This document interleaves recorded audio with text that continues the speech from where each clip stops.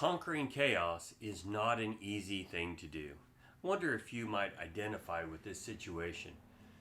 You need to move something, don't really have a place for it, so you put it in the garage, and before you know it, the item that you moved into the garage now has a box under it because somebody else saw that it was sitting there and they put the box. And then a few more show up, and then Christmas happens, and then you take a trip and some chairs are there, and before you know it, every time somebody comes by, they drop it right there. And before you know it, the thing has completely overtaken you. Remember, years ago, I purchased a book called Conquering Chaos at Work. And interesting about this book, the solution was that you've got to battle it every day because chaos has a tendency to want to overtake you. Well, God knew about this. And you see, the law that he put into place, it keeps chaos back. Yesterday we referenced this passage in Galatians, and today we're going to read it. It says in Galatians 3:19 and also verse 24, "Wherefore then saith the law, it was added because of transgressions, till the seed should come to whom the promise was made. The law was our schoolmaster, bringing us unto Christ, that we might be justified by faith."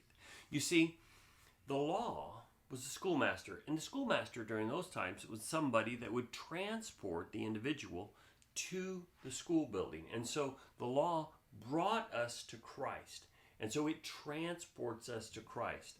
And so when we have Christ within us, now it is Christ that pushes back the chaos. I once had an individual ask me, and I thought this was so great. He says, "Have you ever given any consideration to the second law of thermodynamics?" And he was speaking of entropy. And entropy is this idea of chaos or disorder being in place. And so while we see tremendous order in our world, we also see this entropy, this disorder that is going on, that seems to want to creep up, that we've got to fight it back on a regular basis. And so that introduced such an intriguing conversation, and we talked about it for quite some time.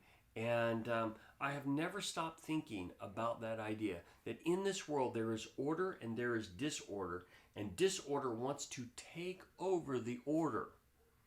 But praise be to God for Jesus Christ, who resides within us, that can push that chaos back.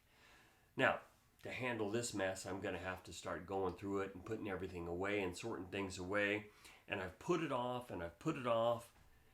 But now I really have to face it. And, really that's how we do things in our lives, is that we kind of procrastinate. Let today be the day that you decide to push back the chaos. Let Christ rule and reign in your life. I hope that he does.